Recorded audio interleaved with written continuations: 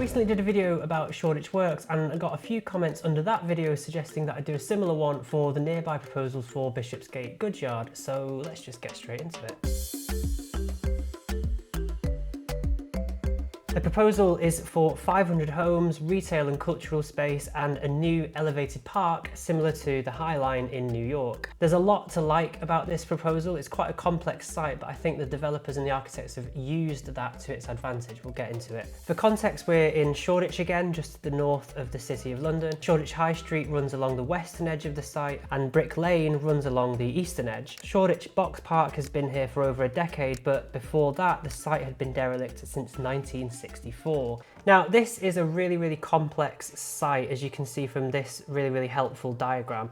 Not only do we have the London Overground, which kind of cuts through the site in that sort of concrete box, but we also have the main line to Liverpool Street. The central line of the London Underground runs deep beneath it as well. So there's all of these different things going on the site, which means that the developers are really quite limited in where they can put new buildings. And all of these constraints have kind of meant that the architects and developers have had to be quite creative with how they've designed out this site, and I think that shows in the proposals that they've come up with, because again, like Shoreditch Works, when you use the sort of the historic grain on the site, you actually come up with something really interesting.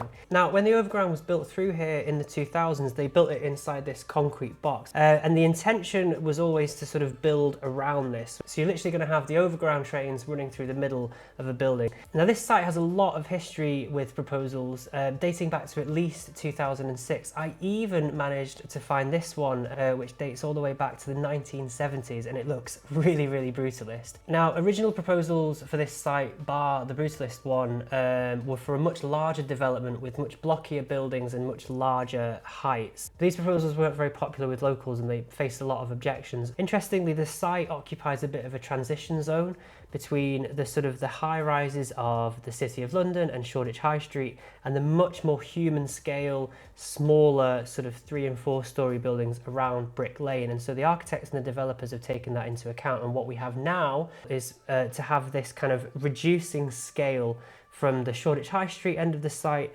down to the Brick Lane end of the site. And you can see from this diagram here, you can see these big blocky buildings are proposed at the Shoreditch High Street end of the site, and then the massing gets broken up and reduced down to a much more human scale towards the Brick Lane end. Now, as it currently stands, the site is, let me just get it up on the map actually, because if we look at the site as it is at the moment, it is a huge barrier to the kind of the area. So it's this sort of collection of old sort of railway viaducts that kind of split up the area, and they make the area a lot less permeable. But the plan is to make this area a lot more permeable and open up a load of new streets that are going to help sort of pedestrian access to and through the area. A number of new streets will be created. It'll open up a whole new district of the city. Again, similar to Shoreditch Works, please do watch that video where they're kind of just creating a whole new district of the city, a whole new bunch of streets, a whole new bunch of squares where there isn't really anything at the moment. And I think it'll make Brick Lane feel a lot closer to Shoreditch and sort of the rest of the city. It'll also vastly improve access to the Overground from the kind of the surrounding neighbourhood. And I want to focus on this part of the site here towards the Shoreditch High Street end. This is a grade 2 listed bit of Shoreditch history. It's on Shoreditch High Street itself. It's right next to Boxpark. You've probably walked past it loads of times. You probably know exactly where this is. And it currently looks like this. It's been covered up for years. Under the plans, we will see this totally restored. It'll act as a gateway to the site. So here it is in the sort of the renders, completely cleaned up, completely restored, and yeah, you can see how they're going to open up the sort of the railway viaduct here.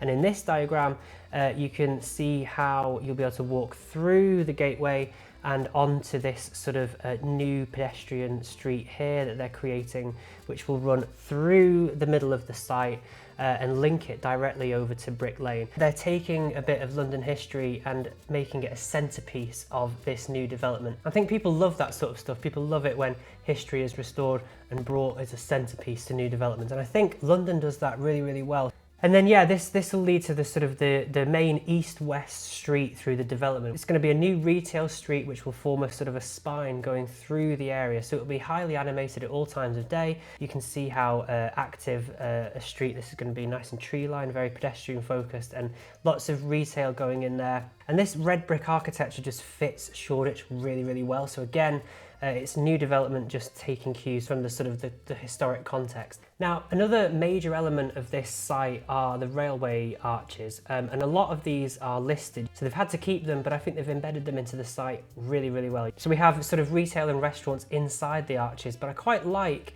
in this image how they've used the arches to provide a little bit of cover, so that people will still be able to sit outside the restaurants, which animates the street, but they'll still be able to do that even when it's raining. And again, I think I've mentioned in the Shoreditch Works video how architecture that takes into account that London is not a Mediterranean city. We do still have quite a wet climate, even though it's been a fantastic spring. It's good that we're sort of doing architecture which takes into account that it does rain here quite a lot, but also having people sitting outside restaurants really, really animates streets, and it's something that should be encouraged even when it's raining. And I think this is a really, really clever use of those arches to sort of integrate that. And the arches, these railway arches, they just look so good, and they're so quintessentially British, I think. I've never seen these sort of arches in other countries, and I think making the best of them in this way is really, really good. And love how they are doing this sort of planting on top of the arches here, because that sort of greenery and red brick Victorian architecture just works. Now,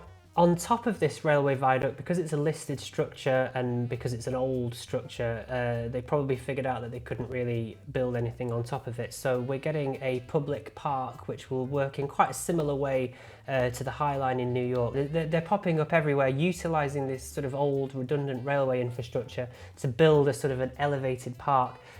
People love being elevated. You go to any city and there's like a tall building and you can go up it because people just love going up stuff. This will attract people to it simply because it'll offer some great views. Whether it'll be open at all hours of the day, I don't know, I'm not sure. I haven't seen anything about that. Now in this view, we're on the corner of Shoreditch High Street and Commercial Street. As I mentioned earlier, this is a transitional site between Shoreditch High Street and Brick Lane, where the Shoreditch High Street end is going to be big, blocky skyscrapers, and the Brick Lane end is going to be much, much more human scale buildings. But we'll start at the Shoreditch High Street end. Here we're on the border of the city with all of its skyscrapers. So a lot of the height has been stacked towards this end of the site, where we have these big, blocky buildings which are just going to add to the City of London skyline. Now the tallest building on this site is going to be 28 stories, so not mega tall for London, but still pretty tall for Shoreditch, I would say. And what I like about this scheme is that a lot of the blockier buildings have actually been broken up quite well. So for instance here, there's this red brick building which kind of echoes a lot of those Shoreditch warehouses, and then there's sort of offices on top, but this sort of red architecture really, really fits well into the whole Shoreditch vibe. And there's a lot to like here, and I think this will really add to that corner, which is quite a derelict corner of Shoreditch at the moment. It really feels as though you hit the edge of the city, and the city drops off the edge of a cliff a little bit, and this is going to bridge that gap between the City of London and Shoreditch. So now moving on to the middle of the site, this image is taken from Bethyl Green Road. This is kind of where Boxpark is at the moment, as Boxpark runs along the edge of the viaduct there. Now again, as I mentioned a minute ago, although there are these huge blocky buildings at this end of the site, the massing has been broken up really, really cleverly, so it shouldn't appear too overbearing. And you can see here, this red brick building not only presents a human scale to the street, but it's also been designed to reference that surrounding Shoreditch architecture. These red brick warehouses with these vertical windows and these arches along the floor there very much echo the railway viaducts themselves. So you can see how the architects have taken cues from local historic architecture. Yeah, we're starting to see more arches in modern architecture, and I'm so here for it. I think they just look really, really good. So now we're over at the Brick Lane end of the site, and this building here is described as a cultural building. It looks like an art gallery to me, and we can immediately see how it presents much more of a human scale, and you can see how this building is only a few stories in height, very much is in keeping with the sort of the surrounding architecture on Brick Lane. In fact, here is what that view looks like at the moment. So this brick wall is going to be kept. It's part of the old viaduct. It's probably listed if I was going to take a guess, but as part of the plans, they're going to restore it. They're going to bring it back into, they're going to clean it up a little bit, and they're going to bring it back into use as sort of an entrance way to this sort of cultural building, whatever that is. Underneath the overground viaduct here, we're going to see a new sort of little square. Now here's an aerial render which I think shows that sliding scale of density quite well, I think. At this end, the Shoreditch High Street end, we have very, very tall buildings, up to 29 stories, as I mentioned.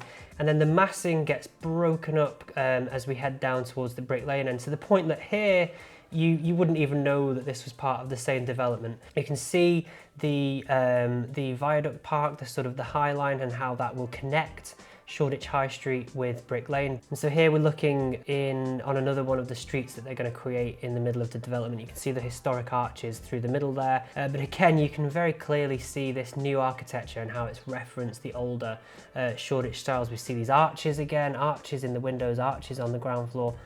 Love it. Love how a lot of these new developments are using arches. I love this, whatever this material is here. It kind of looks like, I don't know, it kind of looks like Pebble Dash, but I don't think it is Pebble Dash. Are these tram lines existing? If they are existing, that's really cool. So they've obviously kept that as a sort of a historic reference. And again, that's really cool. These look like a sort of a tram turning circle or something. That's really awesome if they're keeping that in. And these bridges across here, very Coal Drops Yard. It just sort of helps to animate the space a little bit more. And these people up here are just taking a selfie on their balcony, I guess. So yeah, the proposals will be bringing new office space, 500 homes, retail and cultural space, a new public park, a sort of a Highline park. Plans have been approved and they're moving forward. I think Boxpark are scheduled to move out in October, so presumably construction will start after that. But it's a highly complex site, as I mentioned, and that's probably why it's taken quite a few years to get off the ground. I think it was originally approved in like 2019 or something, but then we had a whole pandemic, of course, so you know that might have delayed things a little bit. But I really think it'll be quite an exciting part of the city if it comes to fruition. The fact that they've used the sort of the historic arches, the fact that they've referenced the local architecture, restoring the Oriel Gate, making that act as a gateway for the development. Awesome. Let me know what you think in the comments though. If you like this format of video, I'm planning on doing similar videos for these developments here at the side. Let me know in the comments if you can think of any others that I should maybe do a video on. And yeah, thanks for watching. See you in the next video.